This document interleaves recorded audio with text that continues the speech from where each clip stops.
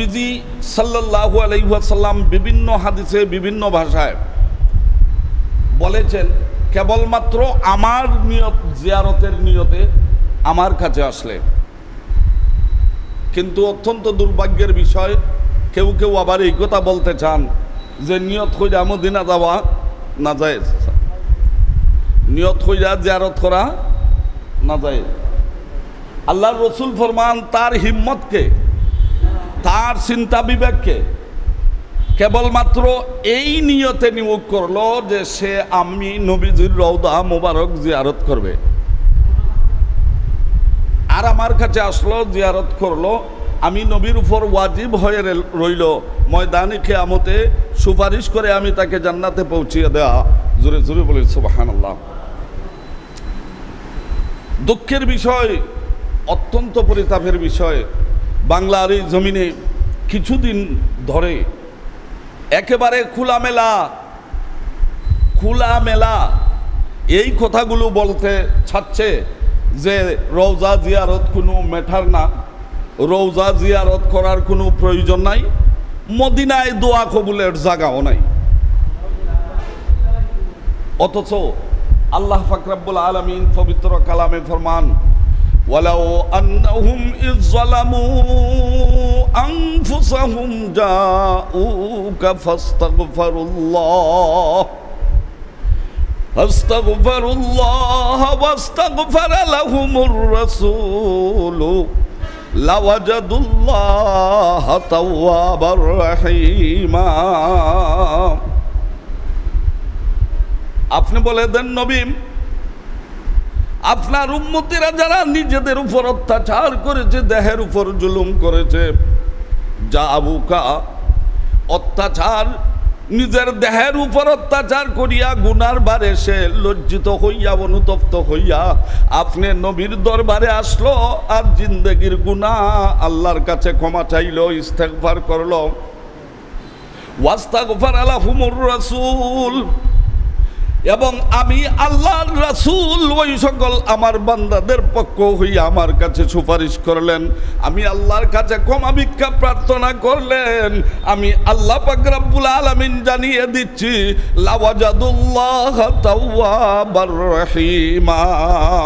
আপনি নবী সুপারিশ করলে তাদের পক্ষে টিক চিহ্ন দিয়া দিলে আমি নবীকে, আমি আল্লাহকে তারা ক্ষমাকারী হিসাবে পাবে।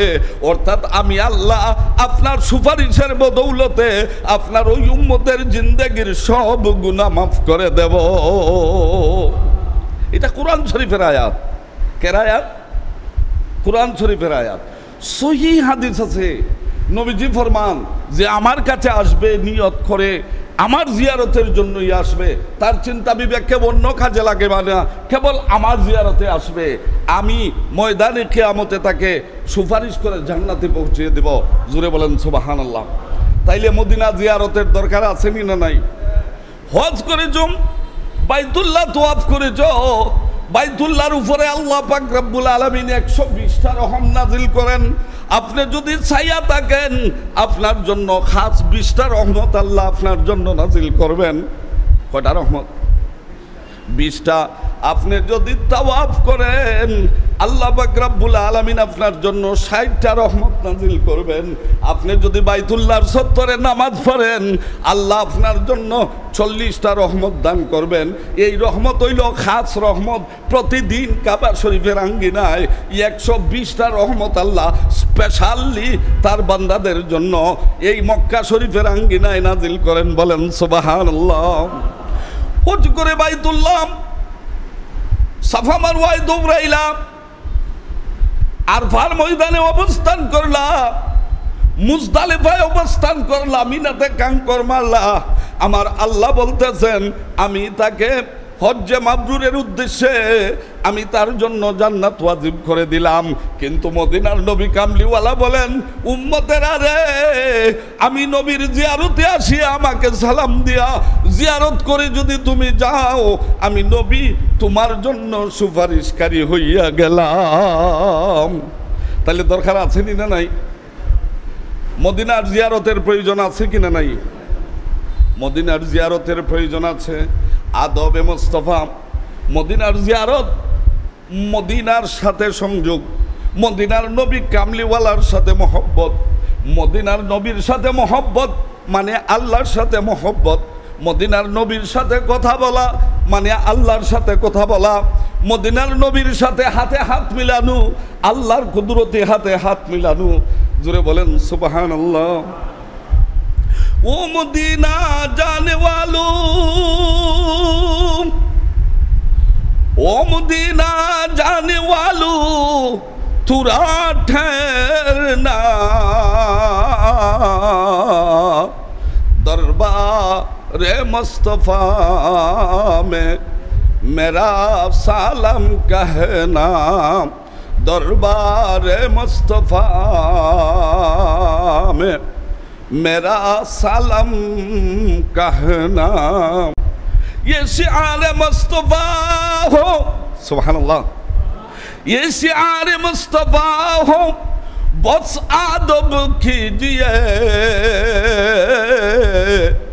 आखी बिछा बिछा कर, आखी बिछा बिछा कर बाबू सलाम कहना।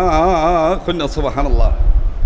মদিনার কামলিওয়ালা নবীর সাথে জড়িত এমন কোন চিহ্ন যদি তুমি পাও, এমন কোন নিদর্শন যদি তুমি দেখো, আদব করার জন্য এটাই তোমার জন্য যথেষ্ট, আর দলিল প্রমাণের প্রয়োজন নাই। মদিনার নবীর চিহ্ন নিদর্শন পাইলে গিয়ে এটাকে তুমি তাজিম করো। বলেন সুবহানাল্লাহ। মদিনার নবীর আদব, মদিনার নবীর চিহ্ন পেয়েছো, নিদর্শন পেয়েছো, তুমি এটাকে তাজিম করো। এখানে দলিল তালাশ করণের প্রয়োজন নাই। আখি বিছা বিছা বাবু সালাম কাহনা।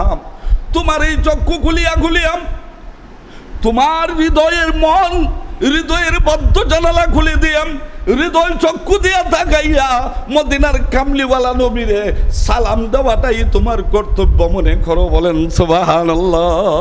এটাই মনে করো বাবু সালাম, এটাই তোমার সালামের দরজা। জুড়ে বলেন না সুবহানাল্লাহ। এই জন্য উলামায়ে উম্মত যারা মদিনার নবীর সাথে মহব্বত আছে, ভালোবাসা আছে, তারা ওই বিষয়টা সব সময় খেয়াল করছেন, যেই বিষয়টার সাথে দয়াল নবীজির সম্পর্ক, দয়াল নবীজির নিদর্শন, ওই বিষয়টাকেও তারা তাজিম করে দরবারে মুস্তাফা থেকে ফয়েজ লাভ করেছেন। বলেন সুবহানাল্লাহ।